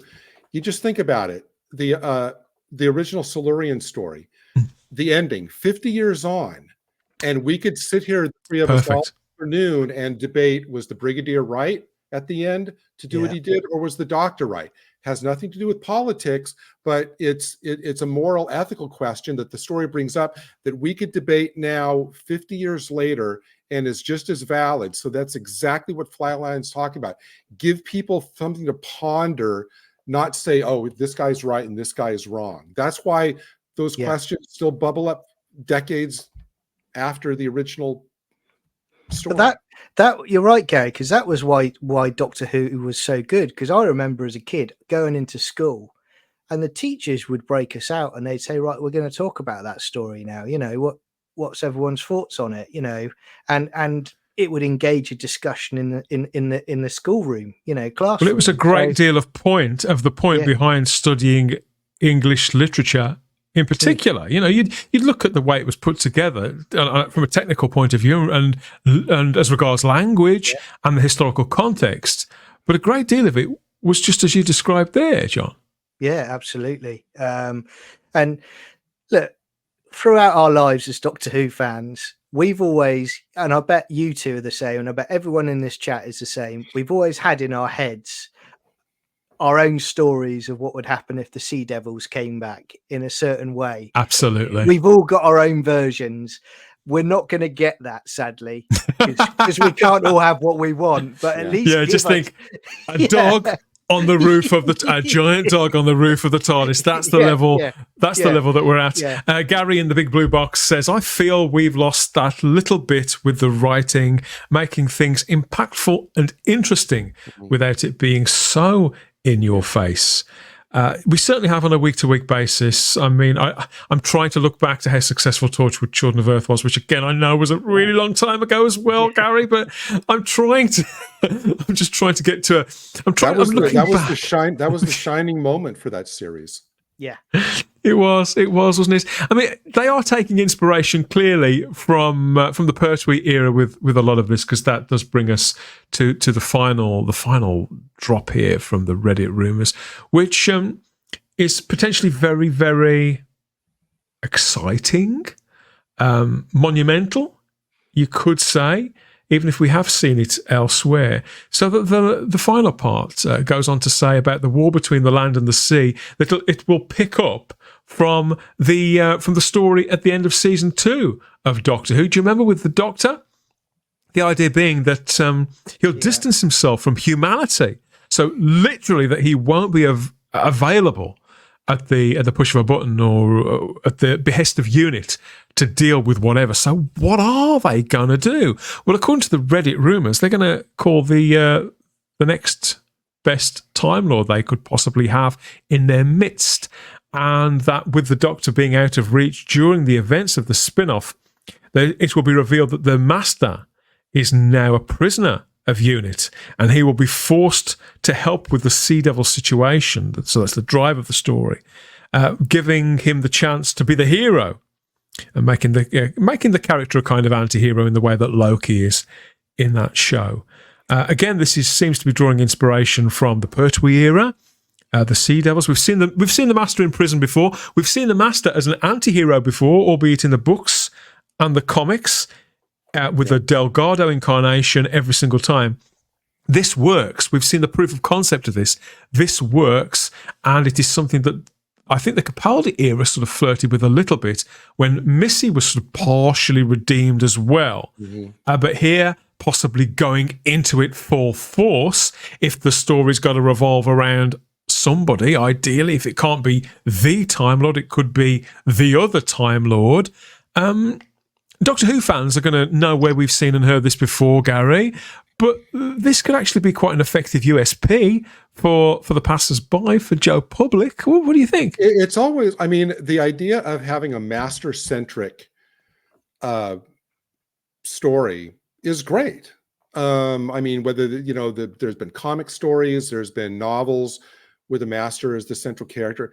That's terrific. I wish that, this is something, again, Dan, as you have said, it's the drawback of having such a short season. This is the kind of thing that needs to follow up the development of the Master, or at least a Master-Doctor encounter, somewhere in the season, because I think the last time we saw the Master was either dying or getting killed on the planet in the Jodie era. Yeah. And I guess it will be left up to us. I forgot about that. Well, it will be left up to us to fill in the blank in terms of now, how did he get back to Earth, become a prisoner of UNIT, change form, whatever. Those are things that are probably all going to be left for us to fill in the blank. But as a concept, the idea of a Master-centric story is great, but I do have to argue with the wording of the rumor, he will be forced to help. Nobody forces the Master to do anything. No. It depends what they've got. I mean, when last we heard of the Master, the Toymaker had imprisoned him in a gold tooth in the Giggle, which was in the Toymaker's own mouth, and then dislodged as part of the action in that final gambit on the helipad at Unit HQ. Do you remember that, John? Have you blocked it out, mate? I can forgive you if you have. I blocked that out, Dan. I blocked that out. Shoot. Yeah, I just okay. So the Master. Okay. Yes. You're right. I liked the fact, like the Claws of Axos is a favourite of mine. I do like that bit where he's working with Unit because he has to, because it's about his survival as well, and they've got him as a prisoner. That's very good, but it goes back to what I was saying about Mao a bit earlier. If you're going to have a spin-off series and you're going to have the Master as a prisoner, you need to have him in season 2 to build that character, to explain why he's there, to maybe have him as the villain and to have him captured or to have him redeemed in a certain way. I suppose it's possible, John, that with those 9 episodes to come that we haven't seen, it's possible that is in there. I think absolutely. Yeah, maybe. But I think I'm also at a point now where in the current era of stuff that's coming out, they almost try and mellow villains these days, They do. And I just, call me old fashioned, I just like my Master evil. I mean, Moffat's got away with it with Missy just about, didn't he? Because the Missy character sort of resisted the jump. I think Moffat pushed it as far as you reasonably can. But this could be different. I mean, if you look back again to X-Men comics, was the example that I was talking about the other day, Gary. They kind of halfway redeem Magneto 2 or 3 times, don't they? In the comic runs, absolutely. Especially in that run with Grant Morrison's run where he was the other character. You thought it was one character, but it turns out New X-Men. Magneto. Yes. No, you're exactly right. And the thing about the Sea Devil story, I was thinking about, I guess, the governor in that, Trenchard, who ended up inadvertently helping the Master. I guess, since you reminded me about the tooth, I guess maybe would we get like a unit dentist or something who was able to get the Master remove him from the tooth, but then the Master kind of got him on his side. Maybe that will be one of the characters. Well, maybe that's part of the spin-off. Like at the end of each shift, he goes back in a cabinet where he becomes a tooth again. You never know. Crimpling Doubloon reminds us there was a BBC novel called The Face of the Enemy, in which Delgado's Master aided Unit. Yes, it all happened. It all happened in there. But of course, they brought back Ian and Barbara in that book. Yeah. Did they really? I've never read it. But of course, when you talk about the Master, all these actors and one actress have played the Master on television, some very fleetingly, some you didn't even see their faces, but they've all been there and it all counts. But the very last part of these whole Reddit rumours is that it will be Russell Tovey playing the Master. After all, it's confirmed, obviously, that Russell is in this show. We've seen him out filming it. He's been sharing content concerning it on social media as well. He seems very happy to be back on the show. Since he was last on Doctor Who, he's had a very successful career, both here and in the States, several comedies and thriller shows and a couple of small movie roles. So Russell's had quite the career. He's an actor who I respect and enjoy, and as someone I think has got a certain amount of range. I do like this guy, but I've always felt that he was a bit lacking in charisma. Yeah, I suppose, if I'm being generous, is an opportunity for him to prove me wrong, John. I mean, again, I'll always give someone a chance, but I think for me as well, this is where I'm starting to get, I'm not starting to get, I am there, where RTD has run out of ideas, because he's kind of, with the Doctor being imprisoned, he's kind of riffing off of End of Time a bit as well, where, the Master was captured in that and it didn't exactly work out well for the people that captured him. I just think I wanted them to go in a fresh direction. I was hoping that they might leave the Master for a while, because I think I've been overloaded with the Master over how many years now. I definitely got to that point. So I don't know. I can't see it him being great as the Master, but then, I've been surprised before in Doctor Who, so crack on and surprise me. Yeah. Bring it up. I can't believe I'm about to suggest this, but if they are going to go with this, and this is no slight against Russell, I'll come to him in a moment. Yeah. We don't know, obviously, what we're going to see in season 2. For all we know, Russell Tovey's in that, or somebody playing the Masters in that. And of course, all of this is just rumor. It might not be true at all. But to me, if you're going to do this with anybody, again, I can't believe I'm about to say this because he was a huge part of the Jodie Whittaker era, which I loathe. I would actually suggest they do it with Sacha Dhawan instead. Yeah, I agree. I mean, and I thought to myself, well, why wouldn't they do that? Because Dhawan was successful in the role and Russell claims to have liked him in it. And the only conclusion I could come to is the fact that Russell would prefer to have the white bloke as the villain because this is the BBC and it's 2024. You can't possibly have a non-white character being a bad guy. The thing about the Master, and this has been true since his debut, fans need the connective tissue. They need to see that you can't just go from Roger Delgado to Anthony Ainley. You have to see it. How does he get to the Deadly Assassin? To perfectly natural, isn't it? That to Traken, to then regenerate. Yeah. How does he escape Castrovalva? Fans need that connective tissue that gets them from one incarnation of the Master to the other, without these big gaping holes that you just don't know about. And so, I mean, hopefully you're right, Dan, that there's explanations in season 2. You know what? Maybe Mrs. Flood will turn out to be the Master. She'll regenerate into Russell Tovey, and then that will feed right into the miniseries. I mean, maybe that would work. Do you know what Russell Tovey's been in the show before, obviously playing this character Alonzo Frome, who was pretty inconsequential, John. So that doesn't bother me in the way that Gugu Mbatha-Raw playing Tish does. But yeah, I don't think Russell was particularly good in that role. I thought he was pretty forgettable. Yeah. And so that's another reason why I just couldn't care less, really. I keep coming back to the same place.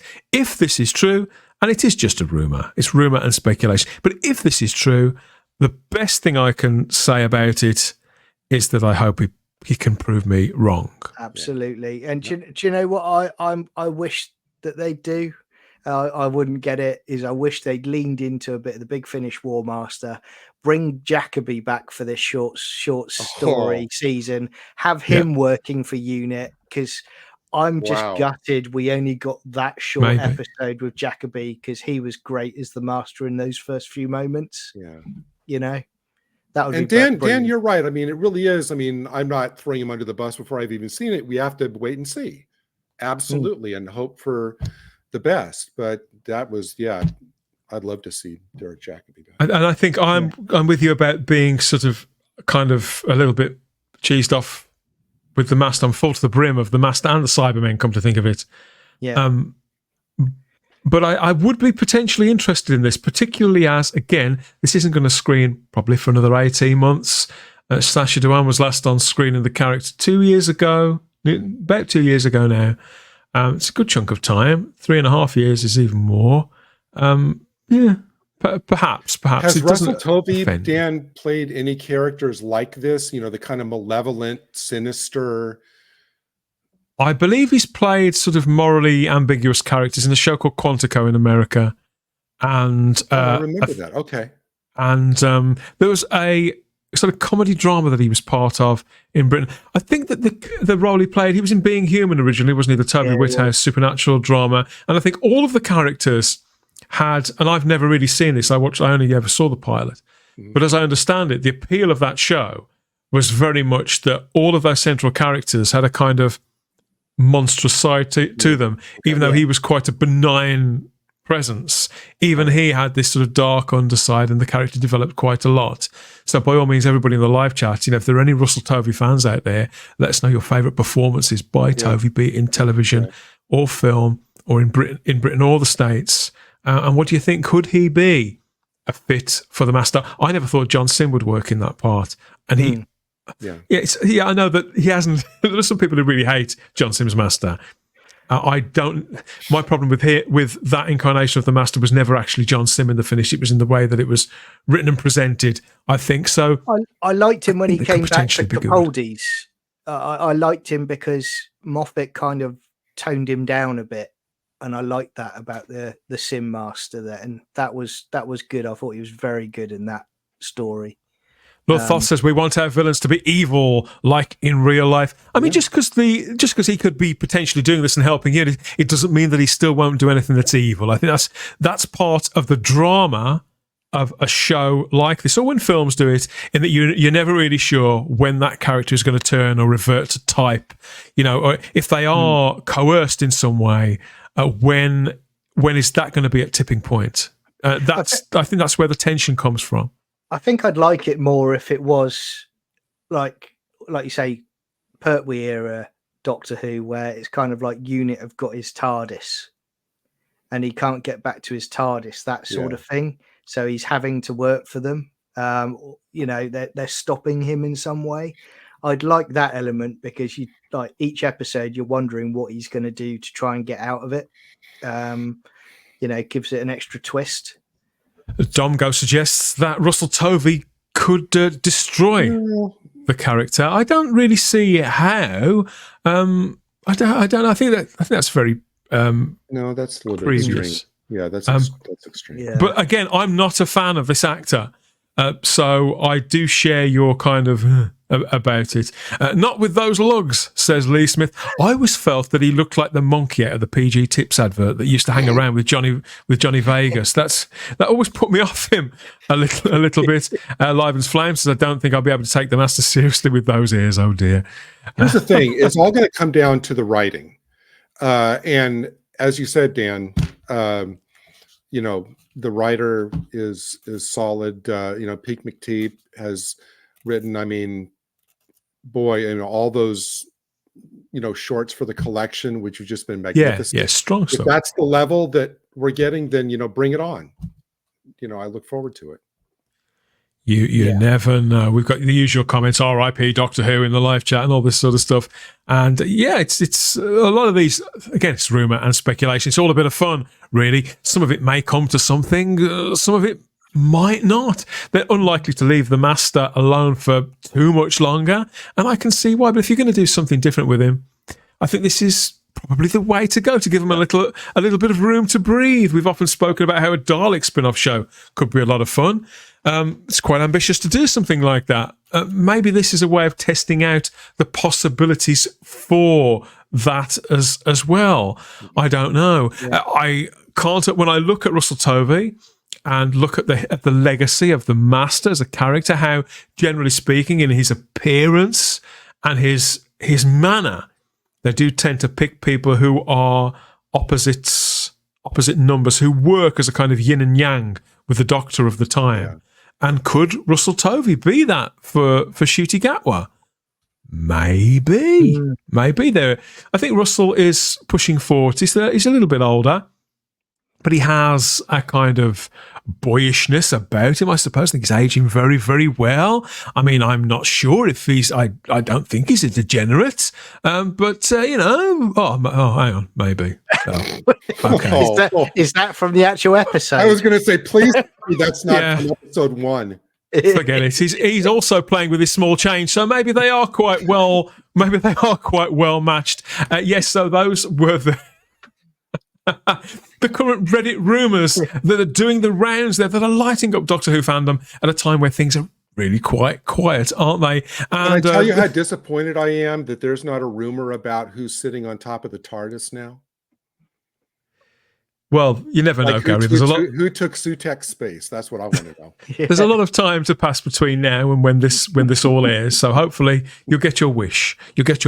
And so yes, the person who posted these up, who compiled them, I should say, because they went to the lengths to explain that they'd gathered these all together from various places and tried to sort of shuffle them into some sort of cohesive order.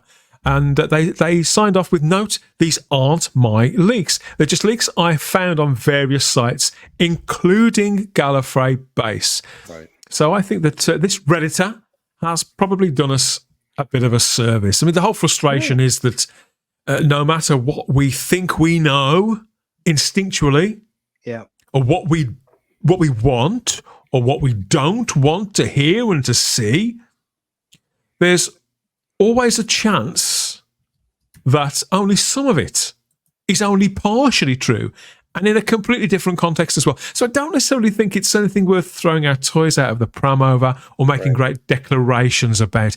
It is just a bit of fun. We've got a tendency to blanketly sort of dismiss everything and an entire sort of creative's credibility a little too quickly, I believe. In some people have perhaps given us reason over a longer period of time. But for example, in the case of Pete McTighe, I think we could be a little harsh there. Let us know what you think. In a year's time, we'll have Omega and Hot Pants, and we'll all be saying, "I wish those rumors were true." I know, it's bound to.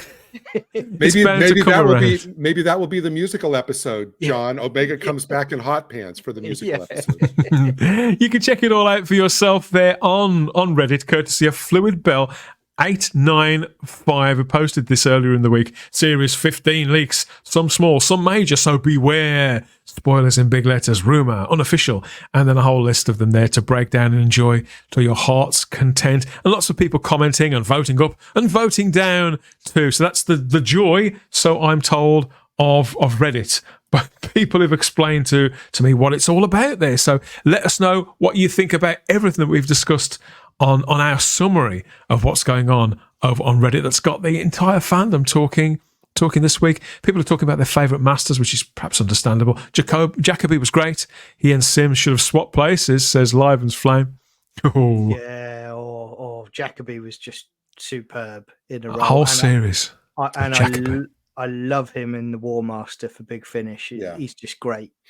My wish for season 3, if I could go back in time, would be adding Jacoby maybe in 3 other episodes, just as like a cameo, like establish him as an occasional ally of the Doctor, so that when that twist happens, it's more shocking because we've got to know him over the kind of course of the season. Then it would have been a big rug pull. That would be the only thing I'd like about season 3.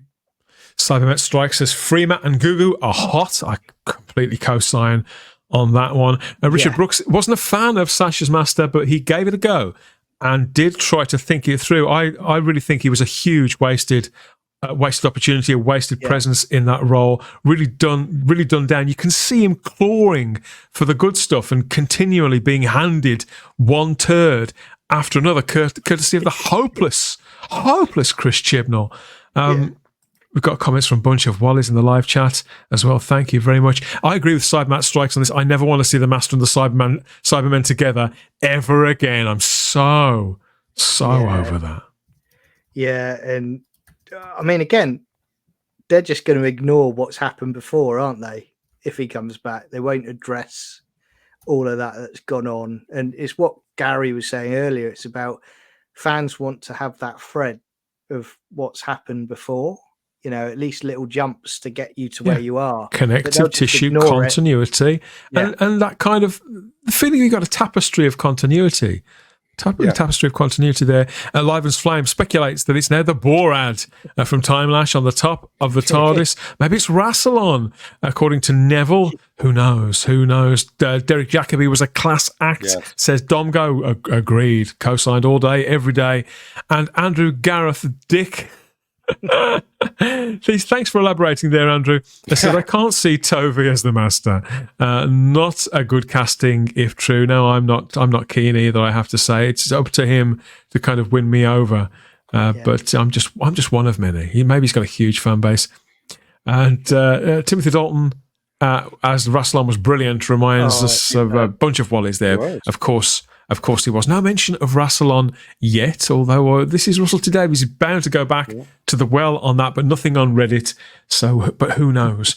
Doctor Who will, of course, return for the Christmas special, and then there's a whole season that's already been shot. Who knows what's in that? Maybe the Master is in that. It does sound, I think it's likely that the plot of season 2 will build into the spin-off, but arguably we're going to get the spin-off before any potential third season. That would make complete sense. But let us know what you think of all the stuff from Reddit there. I think that's a lot of fun. Let us know what you think of all the stuff from Reddit there and the prospects for any of those little snippets there of what they could be doing to poor old Mel or to the Master or to the Doctor and Ruby and Belinda and everybody else. Has any of it caught your imagination? And I suppose, that's where we've got to leave it for now. Yeah.